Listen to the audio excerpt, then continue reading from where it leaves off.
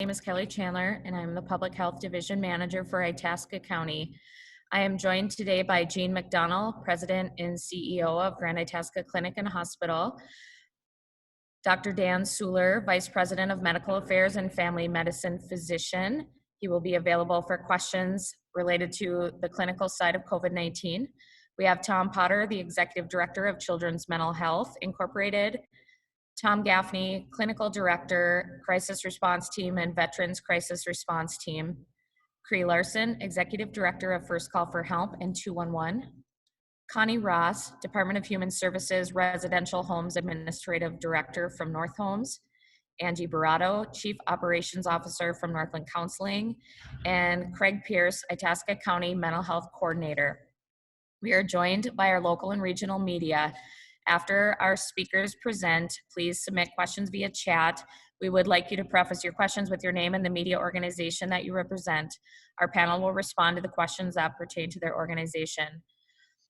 For a situational update, Itasca County Public Health has received laboratory confirmation of additional COVID-19 cases since our press briefing on April 28th. Our current case numbers are at 11. I want to acknowledge that the Minnesota Department of Health website will not reflect this number today when they update their site at 11 a.m. But the Minnesota Department of Health is aware of our cases and is gathering information and will update their database when they have that information. Itasca County has been working with key community stakeholders to prepare and respond to COVID-19. We will host press briefings twice weekly with our partners and will focus on themes emerging in our community related to COVID-19. Today, we will focus on mental health and well-being, which is vital in coping and being resilient in times of uncertainty. We will hear from some of our community supports, and we hope that anyone who is struggling or has concerns will reach out. We want our Itasca County community to know that help is available.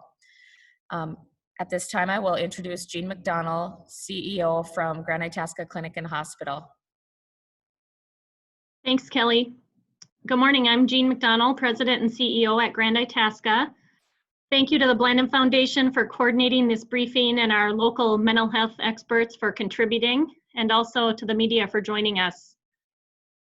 The topic of mental health is obviously a very important one. We understand that COVID-19 may be significantly impacting the mental health and well-being of our community. We continue to partner at Grand Itasca with our local crisis response team and our virtual mental health provider, BHP, which stands for Behavioral Healthcare Providers, to meet the needs of our patients coming into Grand Itasca for care. BHP is a nonprofit organization that provides virtual assessments, treatment recommendations, and care coordination to patients in collaboration with providers and nursing staff in our ER. And since the start of our crisis, we've seen about a 40 to 50% decline in our overall emergency department volumes. During that same time, our volumes for patients needing mental health services from BHP have just slightly declined. From January 5th, when we started our relationship with BHP, through the start of this crisis, we were seeing about 8 patients per week. And from March 15th through yesterday, we're seeing about 6 patients per week. And that all happens through our emergency room. The majority of our patients are being seen for depression, schizophrenia, anxiety, bipolar disorder. Since COVID, we've seen a spike in patients being seen for alcohol and drug abuse. We'll continue to be here to provide care for our patients and work with our providers and partners at BHP as well as within the community. We also understand that COVID-19 and the crisis is affecting our staff. And to that end, we have been encouraging our staff to connect with mental health resources that are available to them through our employee assistance program. And we also have resources that are available through various sources, including the Minnesota Psychiatric Society. And we've partnered with some local therapists to provide live webinars on topics such as coping skills and managing anxiety for our employees. So we're in this today and we'll get through this together. Thank you for your time and I look forward to any questions. Thanks, Jean. I'd now like to introduce Tom Potter from Children's Mental Health Services. Thank you, Kelly. Good morning, everyone. I'm Tom Potter, Executive Director for Children's Mental Health Services. Brief update as to what's going on with our agency. Children's Mental Health Services continues to serve Itasca County and the surrounding area in providing the mental health services through telehealth and some limited in-person contacts respecting social distancing, etc. Sometimes we call that front yard meetings. With respect to the federal, state, and county guidance related to COVID-19, Children's Mental Health Services has closed its reception area to the public. We do, however, continue to accept referrals for mental health services through our main phone line and webpage. In regards to service delivery, our mental health clinical staff and practitioners are engaged in remote service delivery of diagnostic assessments, individual and family therapy, and skill sessions, as well as targeted case management coordination. We remain connected to our school link partners in supporting their distance learning, as many families have been struggling with that, as you can understand. In regards to moving forward with summer programming, our summer reach program, there's a lot of unknowns. Just not sure where things are going to end up within the next month or two. So we'll continue to monitor and adapt services to meet our client and community needs. So overall, Children's Mental Health continues to collaborate with the community partners in providing support to essential services to and for children and families within our communities. So with that being said, I'll send it back to Kelly. Thank you, Tom. And I'd like to introduce Tom Gaffney, Clinical Director for the Crisis Response Team and Veterans Crisis Response Team.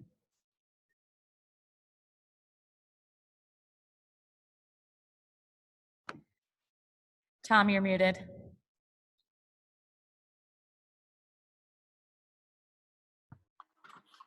Okay, take two. Thank you everyone for joining me and asking me to join the group. The crisis response team is functioning differently because of technology, but we're using technology. We have tablets that we're allowing people to use, that we have phones that we're allowing people to use so that we can still have contact with people in their homes and still keep the community safe and keep our staff safe. We're fully functioning as far as veteran CRT and the usual CRT. And one of the things that I've been thinking about is the social distancing, and I've been reading about just the use of words with that. And one of the changes that I'm making when I communicate to people is calling it physical distancing versus social distancing, because we're still able to see people, we're still able to have contact with people, but we have to stay 6, 10, 12 feet away. Social distancing, one of the things that clients are starting to interpret that as meaning is that they can't have contact with people, so they just stay in the house versus going for a walk, versus talking with people when they're on the front porch, socializing in a reasonable fashion across driveways.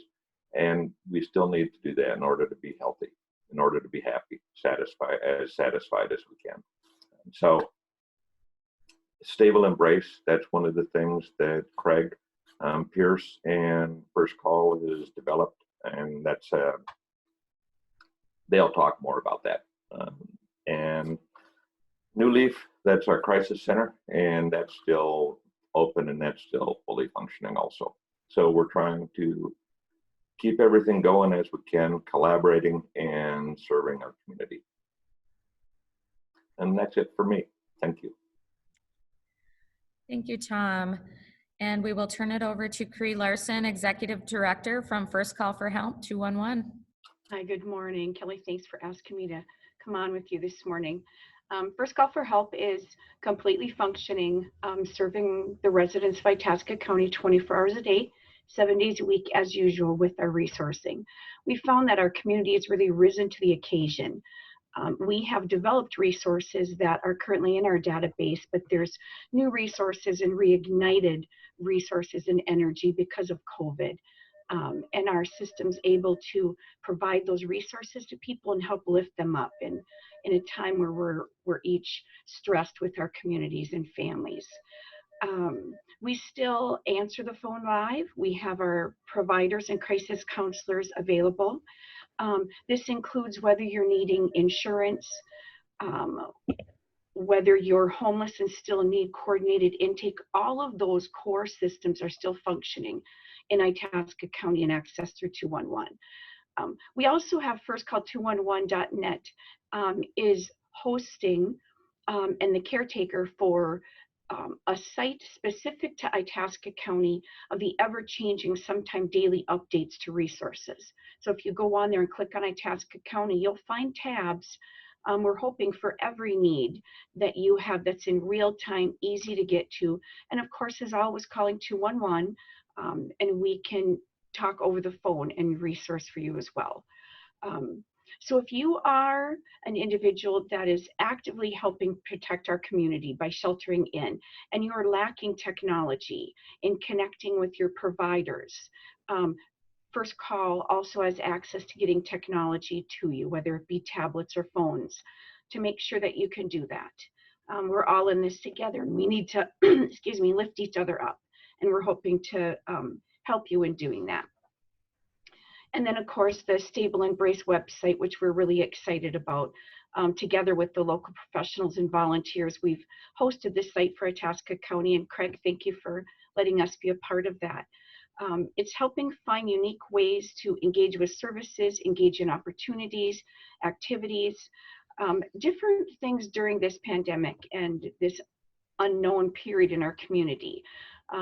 It builds itself, so as community users find things that maybe aren't on the site that they've tried that have worked, they can share as a community, and we can uplift each other, help each other rise above the current situation. And again, like Tom said about the physical distancing being very different from social isolation, and that isolation is dangerous in the mental health community. And so to know that finding unique ways to reach out to family members, whether it be FaceTime, Skyping, going on and trying something new, yoga if you haven't tried it, paint, different activities that maybe in a general day you wouldn't have thought of, but challenging yourself to finding those. And if you need ideas or want to share ideas, going on to the Stable Embrace, it's www.stableembrace.com, and finding ideas or sharing ideas, because we are in this together. So thank you for letting me participate this morning. Thank you, Cree. We'd now like to introduce Connie Ross from North Homes. Good morning. Thank you, Kelly. Thanks for having me.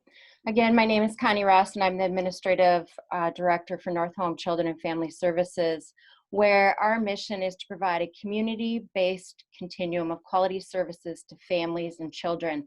And we've been doing this the past 30 years.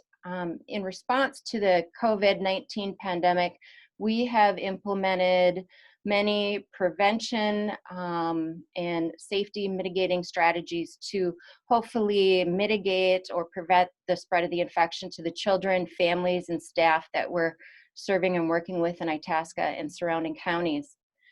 During these unprecedented times, we recognize that our community, our families, and children are probably more than ever needing mental health services. So I'm here to talk to you about what we are able to provide. Currently, we are providing our adult rehabilitative mental health services, as well as our targeted case management services to help families maintain and access those very critical resources and access basic life and living needs at this time, including affordable, safe housing. We know people are struggling with that right now. We're also offering chemical dependency assessment as well as treatment for children. And we're, of course, offering individual and group skills in our area schools and communities, as well as individual and family therapy at our outpatient clinic here in Grand Rapids. All of our mental health services that I referenced are offered via a telehealth platform. I ensure you that our telehealth platform is user-friendly and easy for you to access. We are accepting new clients, and we do have mental health professionals available each and every day to help you with any crisis you might be dealing with. In addition, we are continuing to offer our crisis stabilization and residential services here in the Grand Rapids community to children needing those supports during this pandemic. And one of the things I'd like to just do is give a shout out to our community. Our community has been absolutely fabulous. We have received countless donations of puzzles, arts and crafts, alternative masks to help our children and staff feel and be safer. Those gifts of hope have been so very appreciated in our setting.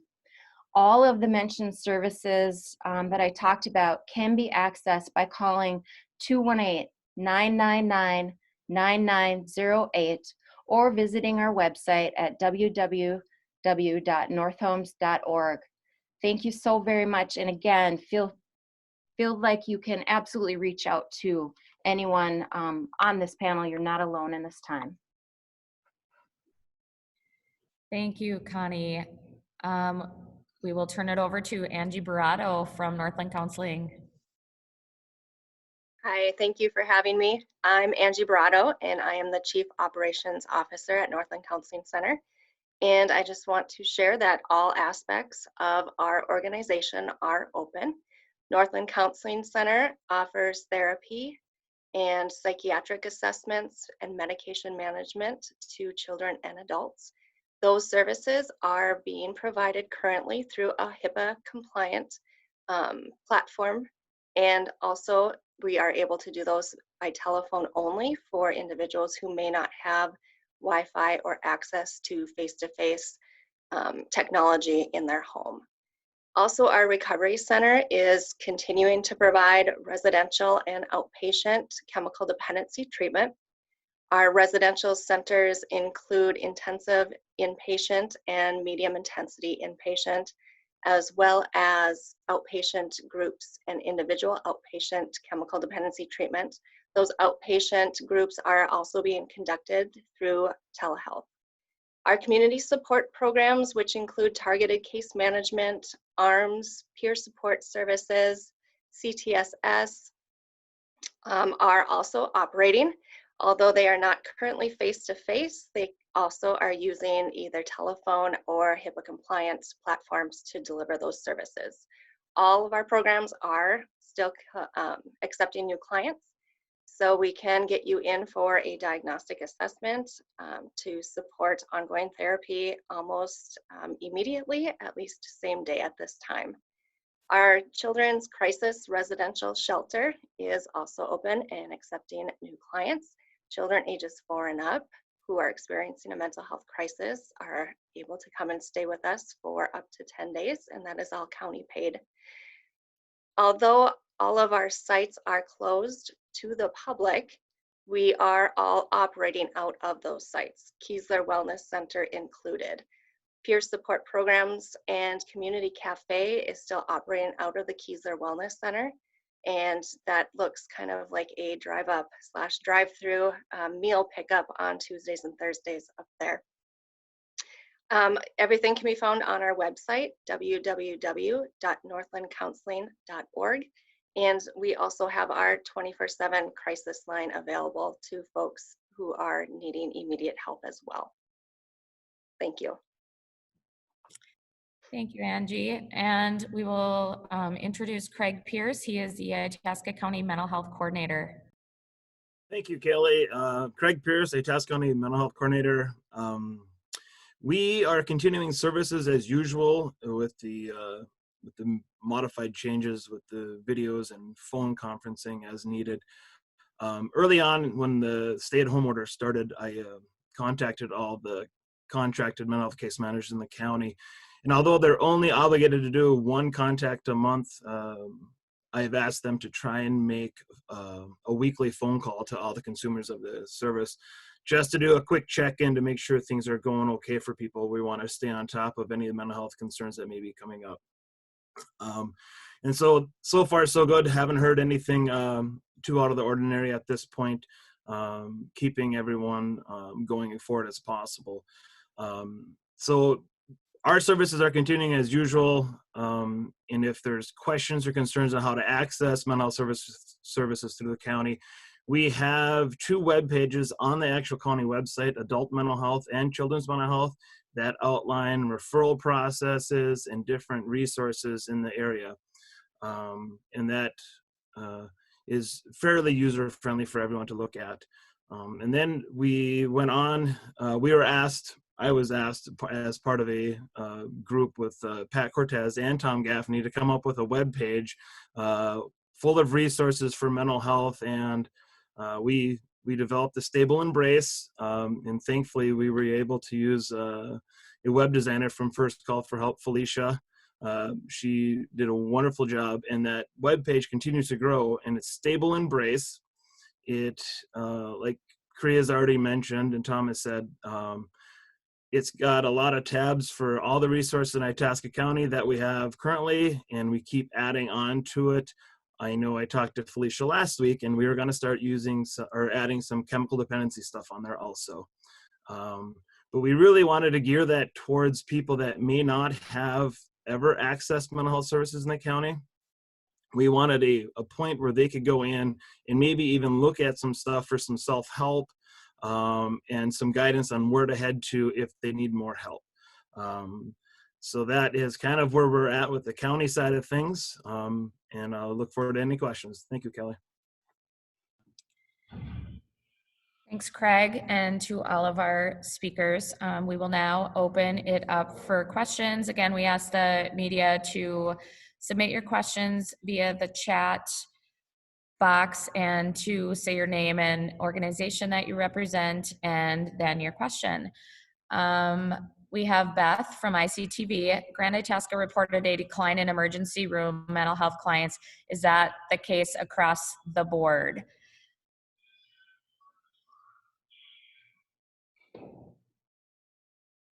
And maybe Jean can clarify that, but then from our other panelists, are you seeing a decline or an increase in mental health referrals? Thanks, Kelly. This is Jean from Grand Itasca. And as I said, our overall ER volume is down about 40%, and we have just seen a slight decrease in our mental health patients coming through the ER. It's pretty steady though. Well, and I think this is Connie Ross from North Homes. I think from our viewpoint, our phone's ringing quite a bit and a lot more, and feeling good about that. I'm glad that people are reaching out in this time and asking for help, but we are certainly seeing, you know, the longer this physical distancing goes on, the more people are needing help. And I have seen probably about the same amount of referrals coming in for case management services. However, I have seen a decline in any civil commitment that's been coming through. I actually haven't done one since we've been at the stay-at-home order. Angie, Tom, or Cree, do you have anything to add to that as far as mental health volume? Yeah, this is Tom, and we're seeing about the same amount of volume. There's a little difference in the flavor of the clients that we're serving. There's more anxiety and more troubled by the isolation, by changes in how people typically cope. So there's a bit of a decrease in depression, schizophrenia, psychosis, that type of thing, but an increase in anxiety-related clients. And this is Cree from First Call for Help. We're seeing a slight increase in call volume in the call center, but mostly noted are that the individuals that are calling in many of them are first-time users of this situation in the community, putting them in a place they hadn't been before, and calling and inquiring about resources and utilizing 211 for the first time. The intensity and needs of the calls that are coming in are also more intense than they have been in the past, but that's what the call center's for. So we're grateful that people are utilizing 211 to access resources throughout the greater Itasca County area through our center. This is Tom Potter. I think with our clients, what we're seeing, and I had a good discussion with Mary Hunt from MDE as well. And what she noted with her discussion and across the state is that what they're seeing is a lot more issues centered around grief with children as they are separated from their normal activities, being with predictability with teachers and missing their friends, etc. And so that is similar to what we're seeing as well. And this is Angie. We have seen a slight increase as well as calls coming into our outpatient clinic for therapy. Last week, I think we did around 18 diagnostic assessments for new clients coming in, and similar to what Tom is seeing, we are seeing an increase in those who maybe in the past hadn't reached out for mental health help, but now just in the adjustment of not being able to work, not being able to see their family as frequently, the fear of the unknown, we are seeing an increase in a healthy population coming in to just talk and process those feelings with someone. Kelly, I just want to add another quick thing is the first call in the last 2 nights have found the need because of callers to start the development of a tab specific to grief and loss of losing loved ones during this time, and how that looks very different to what it has in the past. And so the First Call website is continually developing to meet these needs, and you will probably within the next 48 hours see a new tab on there for families of how do I go through a process of losing someone during this time? What does that look like? What are the new guidelines with the funeral homes, and how do I financially pay for this since I don't have employment? And so know that that tab on our website is coming to better serve Itasca County and knowing how to start that process. And we'll continue to develop that page on the site. Thanks, Cree. We do have a few more questions, and I know we're approaching the end of our time. I'm going to jump to Renee Pasal from WDIO. Have any new cases been at congregate care settings? If so, are they new care settings or Orion or Emeralds? I do not have the details of all of the new cases, but I can confidently say that no new care settings have been identified. Jumping to Kathy Lynn from KOZY, some members of the community have closed down and are afraid to leave their home for fear. What should their first step be? And I am going to call on Cree or Tom Gaffney for that.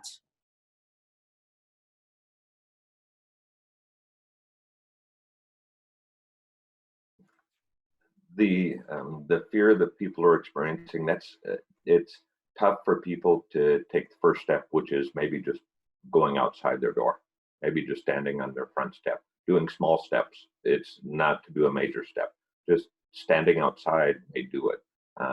Talking to somebody on the phone and having somebody on the phone while they are walking outside, that may be helpful also. So they're getting some support at the same time they're engaging in a new endeavor, in this kind of a situation. Cree might have other thoughts also.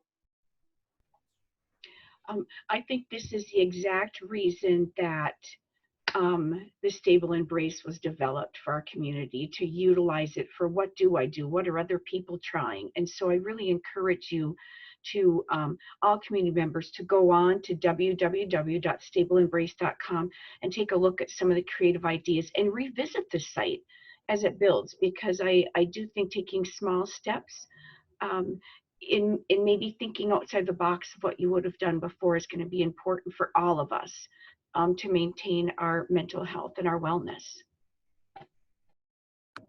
Thanks, Cree. Jennifer Vale Stores, ICTV. Early on, Angie Baratto did a Community Matters segment for ICTV. What uplifting words could you give to our community for people who don't suffer severe mental illness but are just feeling down and stressed?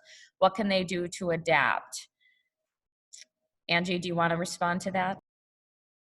Sure. I think right now it's just important to talk to your friends, talk to loved ones, and know that everyone is feeling this. It's not going to be unique to anybody. This is weird. This is different. This is outside of the norm. Things do not look the way that we had perceived them or wanted them to look for this spring, whether it be for our children who are grieving their friends and their school, for seniors who are grieving a graduation and prom. It's okay to feel not normal, and you got to get outside and you got to talk to people about it. Thanks, Angie. And this last one will also be for you, and then we'll close it down to questions. Has detox seen a significant increase? This is from Britta from Herald Review. Yeah, so our detox remains steady. I would say that our referrals for chemical dependency treatment are slightly lower than they typically are. And what we've thought that is likely due is courts are not operated at the capacity as they had in the past. So fewer people are being court mandated to treatment or getting those recommendations to go to treatment. We do expect a significant increase in the need for treatment when this is all over. We do believe that people are still using alcohol and drugs, and maybe more excessively than in the past, at home alone. And so we are ready when things go back to normal to help people with those struggles as well. All right, thanks, Angie. And we are right at 10:30. And so at this time, thank you for joining us, and stay well. And don't be afraid to reach out for your mental health needs. Thank you, everyone. Thank you, everyone.